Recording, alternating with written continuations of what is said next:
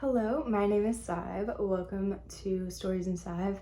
I am going to be doing a vlog today as I wrap up 2 books that I really need to finish this week before I go out of town. So we're on a bit of a time crunch. So I'm treating it like a challenge, you know? I have 2 books I need to finish in the next 3 days, 4 days or so. 1 audiobook and 1 physical book. It's Monday night. I have until pretty much Thursday night to wrap all of these up. I'm working a full week this week, and so we leave to go out of town on Friday night. So pretty much on Thursday at the end of that night, I need to have this stuff finished. It is Monday night right now, so I'm going to toss you back to earlier this morning and you can get a little bit of information about the books. Hello, beautiful, how are you? I hope you are getting a clip before this. I hate starting off a vlog with a car shot, but it is Monday morning and I didn't get to talk to you at my house before I left for work here.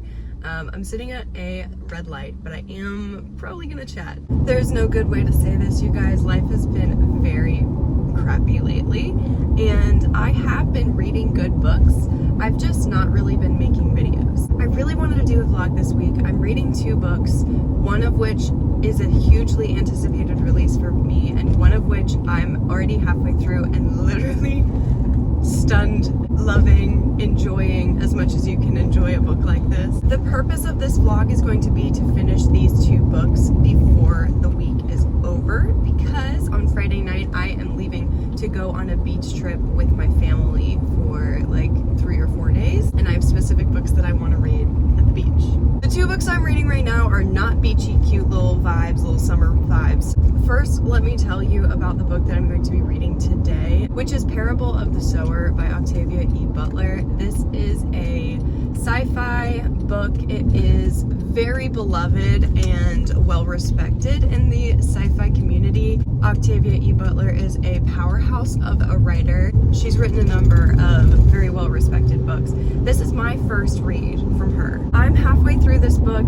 I knew I was gonna like it just because of the genre and because of the universal experience of loving this book. I knew I was gonna like it. This is a hard book to read. We're in a dystopian society, and it is certain families attempting to live in a communal way while other people are living in a very us versus them way.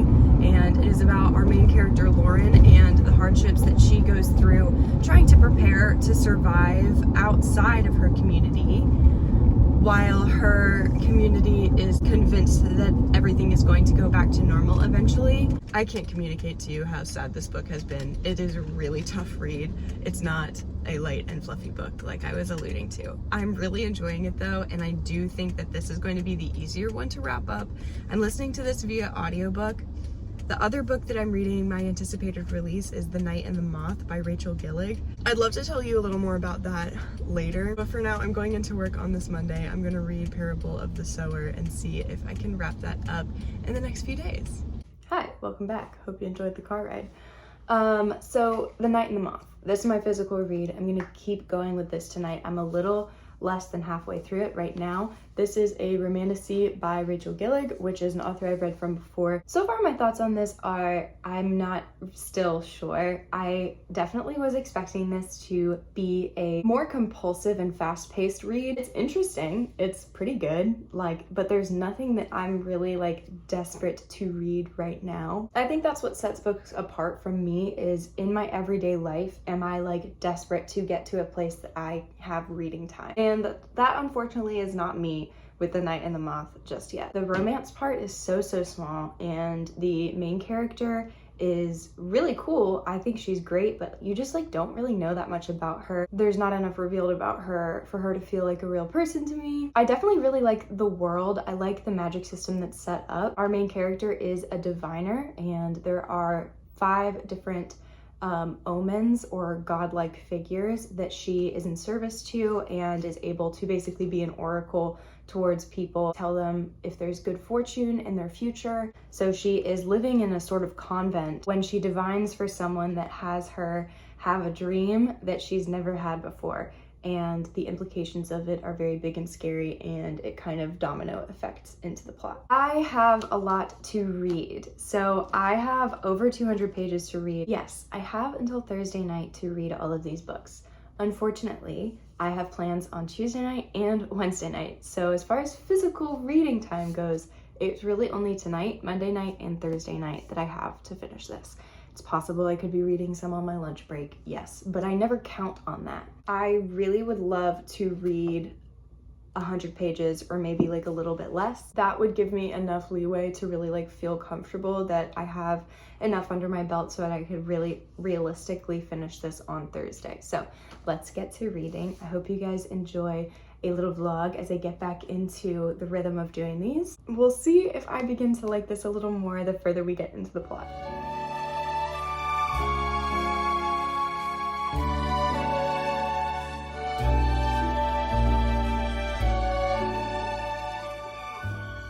It's a bit later, it's around 8 o'clock at night, and I have been reading The Night and the Moth. I am impressed with myself. Like, in theory, all of this would work perfectly, but suspicion just like about how I've been doing, I was like, am I actually going to read and finish this book in these 2 nights that I have to physically read? So I'm still feeling a little bit unsure if I can do that, but I have made a good dent in it that makes it feel more realistic. So I was at page 175, I am now at 245. So I've just read 7 new pages. I still have a little bit more time to read tonight. And I am pleased to let you guys know that I've been enjoying this a lot more. I can tell you the 2 things that have made the enjoyment go up is the romance has taken just a little bit more of a center stage. So we're starting to see them interact more in a like bantery type of way. And secondly, the thing that they're trying to accomplish, the quest, the stakes have been raised. And I care a little bit more because there's an actual threat now, and it's like, oh yeah, they could very easily die. Whereas earlier in the book, the threat just didn't seem that close to them. It felt like something far away that they were talking about, but now it's applicable. Unfortunately, I'm not gonna be giving this 5 stars just because I didn't love the first half of it. It's a good book. I liked the first half of it, but I didn't love it. I didn't 5-star read love it. Little shout out to the beauty that is this book, and you might have seen the little end papers. The Night and the Moth. So the moth is definitely like a big part, lots of symbolism tied up with that. And so there's the moth there on the cover with the little emblem with the sword through it. So I am excited to keep reading. I think I'm gonna take a little bit of a break and be up and about in the house for a second and then settle in later.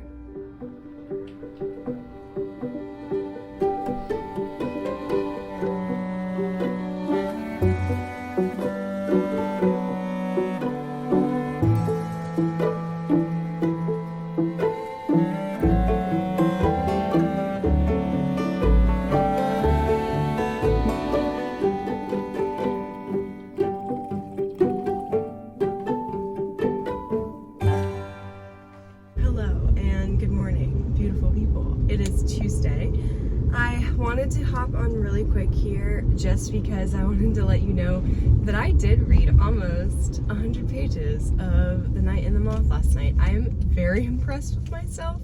After I spoke with you, I did just head back and read like 1 or 2 more chapters, which brought me up to 96 pages read last night, which is amazing and exactly what we need in order for me to be set up to succeed in this little weekly challenge that I'm doing. Last night there was a big storm and we did not have power as we were going to bed. I woke up this morning and you wouldn't know it from how I look, but I feel so crummy. I feel very physically just not 100%. And this is what I'm saying, dude. You might have gathered from other videos of mine, but I don't really like talk about how much I love clothes because this is a book channel, but clothes are a joy and an outlet for me, and I love that like I can feel confident even when my physical body is not like doing the best. Plenty of work to do today when I get to work. So we're on our way and I will let you know how my day goes. I would love to, of course, be reading more Parable of the Sower. I will definitely do that. How much though is going to be up for debate. I hope you all are doing well and I will talk to you later. Good morning. It's Wednesday and it's the morning. I have my roller in. Ignore it. I wanted to just pop in and let you know that I hadn't read anything yesterday. So I had plans last night, and I had have plans tonight. But I didn't even listen to Parable of the Sower. I was kind of locked in on something else I was listening to. I was listening to this like true crime podcast. But I did try and listen to Parable of the Sower as I was like going to bed and getting ready for bed. But it was just at a section and at a part that was like very difficult to read. As I was alluding to, this isn't like the book that is going to restore your faith in humanity, and I just didn't want to listen to it last night. So I'm going to get through more of this today. I'm going to be disciplined and make sure that I lock in. Like I said, I do have plans again tonight, but they kind of wrap up a little earlier than last night. I'll see if I can get some reading time in before I go to bed. Happy Wednesday. Hi, I'm home from work, so it's kind of the end of the day Wednesday. I haven't left yet for our plans this evening, but I just wanted to let you know that I'm really struggling to read The Parable of the Sower, which is very unanticipated for me because I was pretty locked in on it at the beginning of the week. But unfortunately, it is just the heavy subject matter was not affecting me, and it hasn't gotten worse. Like, it hasn't switched up on me at all. But yeah, I'm like avoiding it. I'm about to do a few chores up and about in the house here, and I'm gonna put my headphones in and I'm gonna very intentionally try and read some more of Parable of the Sower. So I will check back with you later tonight on whatever stuff I end up reading, but I hope that you had a good Wednesday. I actually did it. I can't believe I actually finished this book. It's Thursday night. I didn't check in with you when I got in from work. I just went right into reading, and I read a little over 100 pages and I finished this book. I'm so proud of myself for doing that and actually sticking to what I wanted. I'm giving this 4 stars. I really liked the ending. I liked the second half of the book a lot better than the first. When I started talking about this book with you, I was kind of like, I like it. Like, it's good, it's fine, but it wasn't gripping me. I'm pleased to report that I liked the second half a lot better. So really good, definitely very moody. It is gothic, but it's also whimsical. There is a lighthearted element about it, and I feel like she juxtaposes some very like dark magic-y things with some lighthearted magical elements as well. Super fun. Okay, hello and good morning. I am here to wrap up this video. I did indeed, like you saw, finish The Night in the Moth, and while I was at work, I did finish The Parable of the Sower by Octavia E. Butler. So this challenge is accomplished, and I do feel really, really good about wrapping these 2 books up.